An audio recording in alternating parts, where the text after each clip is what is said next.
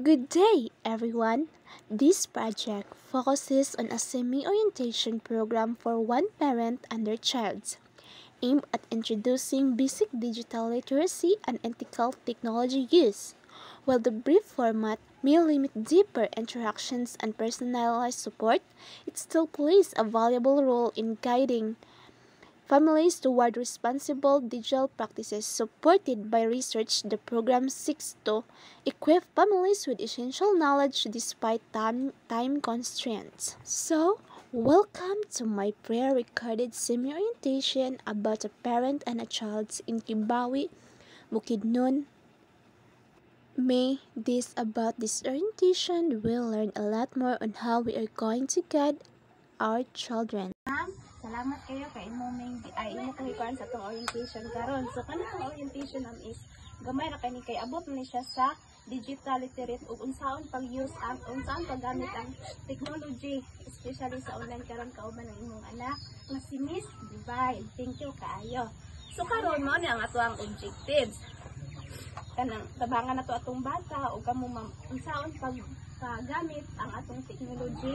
Then sunod ma'am kanang unsaon gyud pag responsable ma'am. Then pagka-last ma'am kay unsaon na to pag-share ang kanang unsaon na to paggamit ang atong online ma'am nga kanang responsable nga mga citizen sa uban ng imong anak.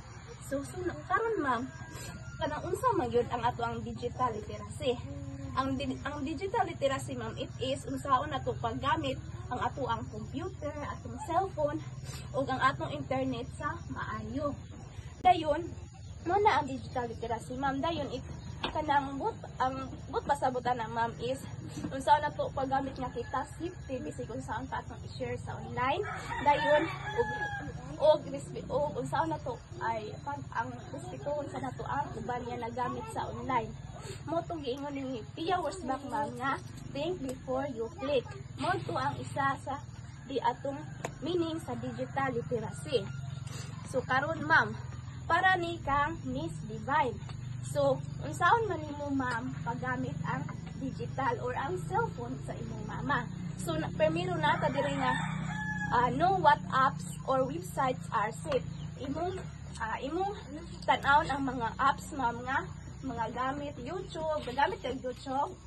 Okay, gagamit siya og YouTube nga kanang maayo sa mga bata. Dili ba kagatan-aw og dili mga pangbata ma'am? O dili daw siya gagawin. Before ka magamit sa inyong cellphone, ma'am, gapanahid ka sa inyong mama. O gapanahid siya, maayo na siya, ma'am. Maayo na siya lang. Dayon, mag-download ka og mga salida, pangbata na din siya. O pangbata na din. Mao na kinahanglan nga kung magamit ka sa inyong cellphone, mananghid ka sa itong mama. Kaya haron, matanaw sa ato ang ginikanan kung katubang ang mga video is para bagyod sa mga bata or dili sa mga bata. Sa ato ading parents nga no, ma'am kanang imo bang limitahan si Miss Divine ini magamit ang cellphone? Iyang dili kang ginay maayo ma'am kay dili maayo sa bata ang pagpalabi og cellphone kay ang mata. Dayon ma'am, gagamit ba mo mga kanang apps ma'am nga para ragud sa mga bata sama sa YouTube? O mao gyud na ma'am, kanang maayo maguna sila ma'am kay dili siya makadaot sa bata og napud tay limit nga screen time. Karon ma'am kanang magamit ka sa mga ethical ug unsa na to paggamit ang technology. Being ethical means doing what rights even when no one is watching. Kanang mga shared post ana mas maayo nga dili daw kanang magbuhat og maayo ma'am, din dili magamit og social media ma'am para kanang magamit ka sa mga ethical ug unsa na to paggamit ang technology. Being ethical means doing what rights even when no one is watching. Kanang mga shared post ana mas maayo nga dili daw kanang magbuhat og maayo ma'am, din dili magamit og social media ma'am para kanang makasakit sa lain. Gagamit ko kay ani ma'am? Yes, gagamit siya. Karon ma'am naata diri mga kuan ma'am kanang mag-share post na po tay mga screen and time doing offline activities together. Permente baka mag-cellphone gang Dili maayo na no, nga dili perminti mag-cellphone kay ang isa sa nakabutang diri is dili maayo sa mga bata ang mag-cellphone og ayaw kay ang mata dali ra kay madaot sama sa inyo kay inyong mata dili pa kay siya sa dili pa kay hana sa social media. Dayon kanang guys tuya ba kasi mong mama og unsa imong mga nakita sa social media sama sa YouTube. Oh, maayo na nga imong i-share ha kay haron matabangan kasi mong maayo na nga imong i-share ha kay haron matabangan kasi mong mama nga kato dili gyud to maayo. Karon na atay mag-drawing mo og kanang bata nga nag-cellphone bisig unsa ra man basta kay drawing. Okay ra man bisig unsa, okay ra lang bisig unsa. Ito kis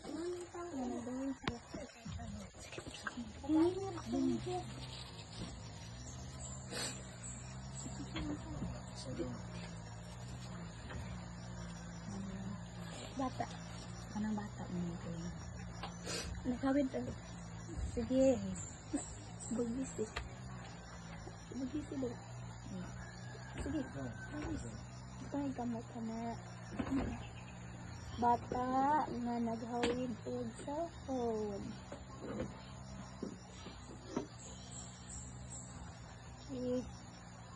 Na mo na ang bata nga naghawid og cellphone. Sino nagsulat ka lang.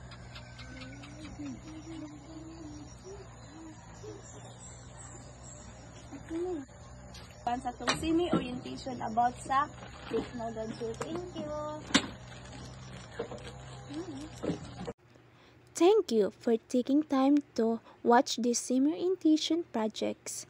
Though it was brief, we hope it has provided valuable insights to help you and your child begin this journey with confidence, awareness, and a shared commitment to responsible digital